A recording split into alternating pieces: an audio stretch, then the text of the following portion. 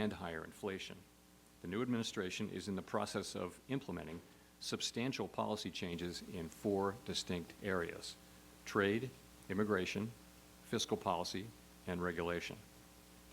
Our monetary policy stance is well positioned to deal with the risks and uncertainties we face as we gain a better understanding of the policy changes and their likely effects on the economy. It is not our role to comment on those policies. Rather, we make an assessment of their likely effects, observe the behavior of the economy, and set monetary policy in a way that best achieves our dual mandate goals. We have stressed that it will be very difficult to assess the likely economic effects of higher tariffs until there is greater certainty about the details, such as what will be tariffed, at what level, and for what duration, and the extent of any retaliation from our trading partners. While uncertainty remains elevated, it is now becoming clear that tariff increases will be significantly larger than expected. And the same is likely to be true of the economic effects, which will include higher inflation and slower growth.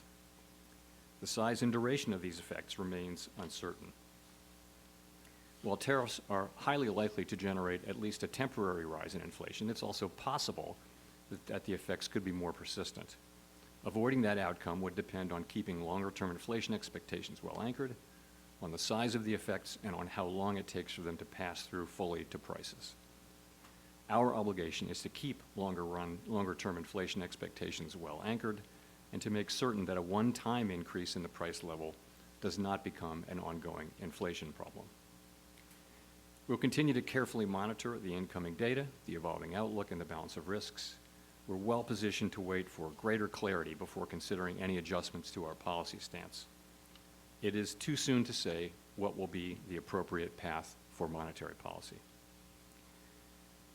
We understand the benefits of a solid economy where workers can find jobs and inflation is low and predictable.